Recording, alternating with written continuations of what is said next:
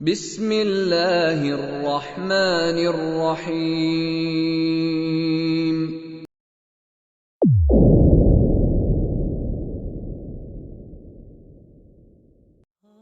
عن أبي هريرة رضي الله تعالى عنه قال رسول الله صلى الله عليه وسلم: كلمتان خفيفتان على اللسان ثقيلتان في الميزان حبيبتان إلى الرحمن سبحان الله وبحمده سبحان الله العظيم.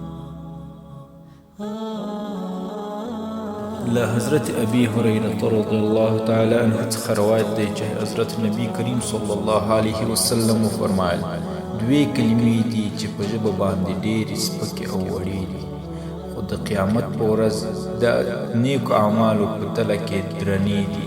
الله تعالی ته ډېرې خوښې دي او هغه دا کلمې دي چې سبحان الله وبحمده سبحان الله العظیم.